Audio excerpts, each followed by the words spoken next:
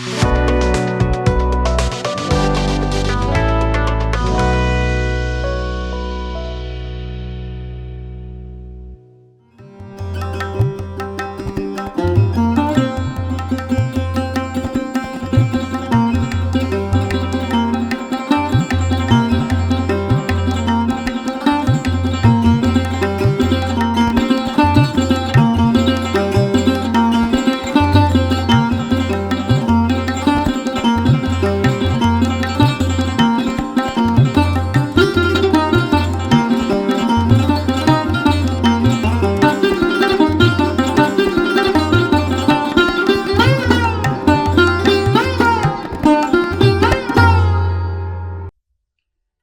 जीशु ख्रीष्ट अति बहुमूल्य नाम संपर्क इंडिया द्वारा प्रस्तुत कार्यक्रम नुआ सकाळ आशार आज अध्याय में आपको स्वागत जनाए।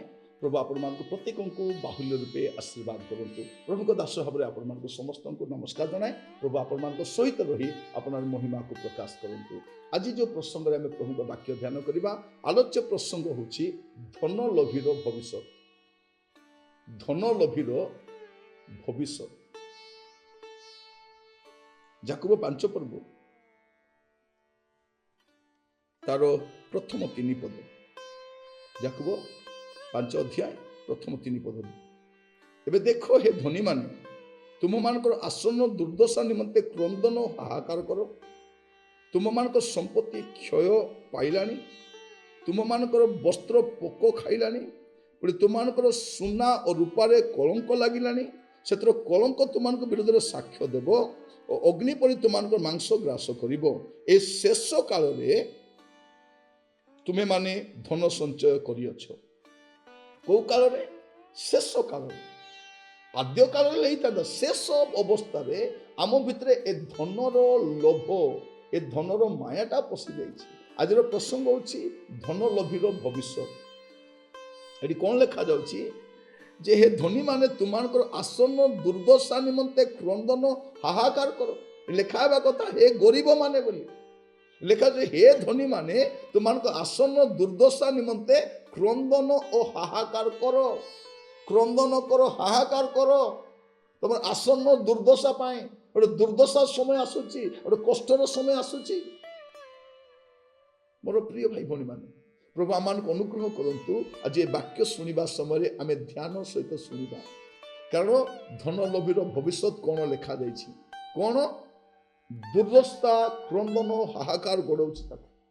आप जब देखिए मो सहित मो बाइबल रू ही कहूँ आपण बाइबल बाहर मुझे कहे ना आपण मान बुझेबा बेले बेले अनेक दृष्टांत देवाई पड़े किंतु मु जहाँ भी कहे बाइबल आधारित शिक्षा दिए। आपण नुआ सकाळ आशारे आपण जेते शिक्षा सुनिबे गोटे भी शिक्षा बाइबल रु बाहर आपण पाइबे। एटी आपण देखंतु कोन लिखा जायछि हितोपदेश तार प्रथम अध्याय 19 पद। समस्त धनलोभीर गति एही ता धनर अधिकारी मानक प्राण नाश करे। आसन्न दुर्दशा तो रही हाहाकार तो रही लिखा जायछि कोन या प्राणर धनर अधिकारी प्राण को नाश करे। सीधा तार प्राण को अटैक कर।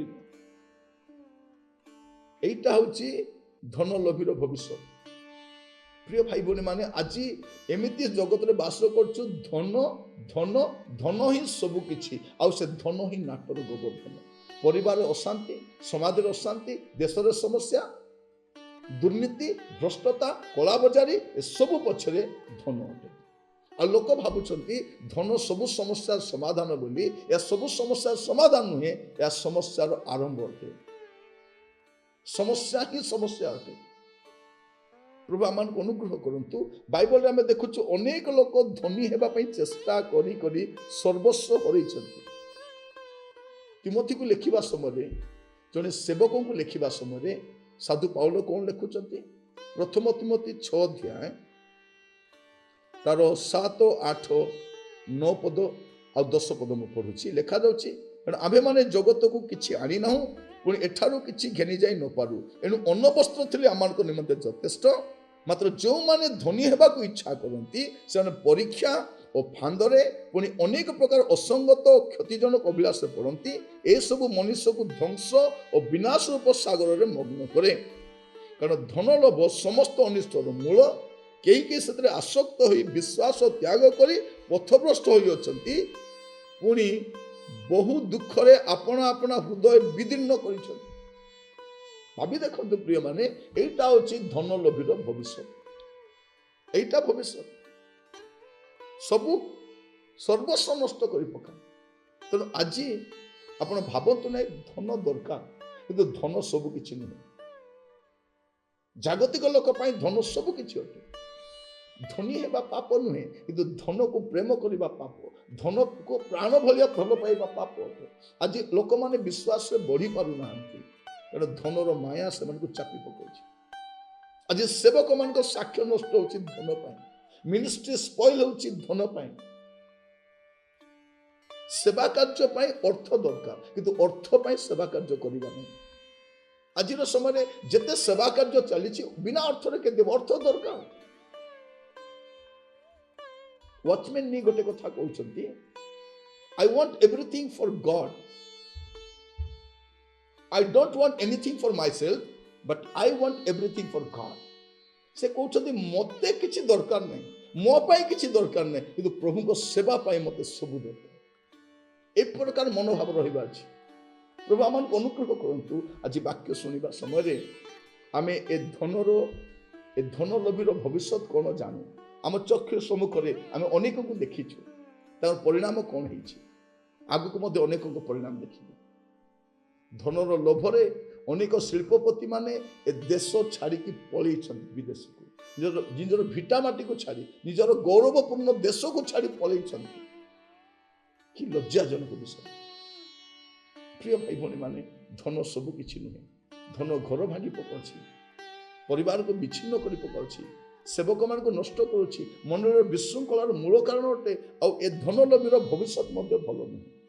ପ୍ରାର୍ଥନା କରିବା, ପ୍ରଭୁ ଏହି ଲୋଭରୁ ଆମମାନଙ୍କୁ ରକ୍ଷା କରନ୍ତୁ। ଅନୁଗ୍ରହକାରୀ ପିତା ପରମେଶ୍ୱର, ମୁଁ ଆପଣଙ୍କ ଦାସ ଭାବରେ ପ୍ରାର୍ଥନା କରୁଛି।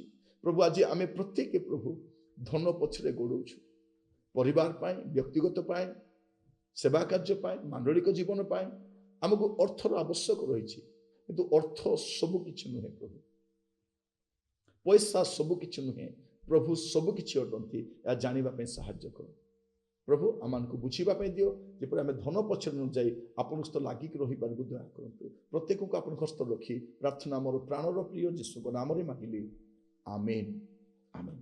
ପ୍ରଭୁ ଆପଣମାନଙ୍କୁ ପ୍ରତ୍ୟେକଙ୍କୁ ବାହୁଲ୍ୟ ରୂପେ ଆଶୀର୍ବାଦ କରନ୍ତୁ। ପ୍ରଭୁ ଅନୁଗ୍ରହ କଲେ ଆସନ୍ତା ଅଧ୍ୟାୟରେ ଜଡ଼ିତ ହେବା। ବିଦାୟ ଦିଅନ୍ତୁ। ନମସ୍କାର।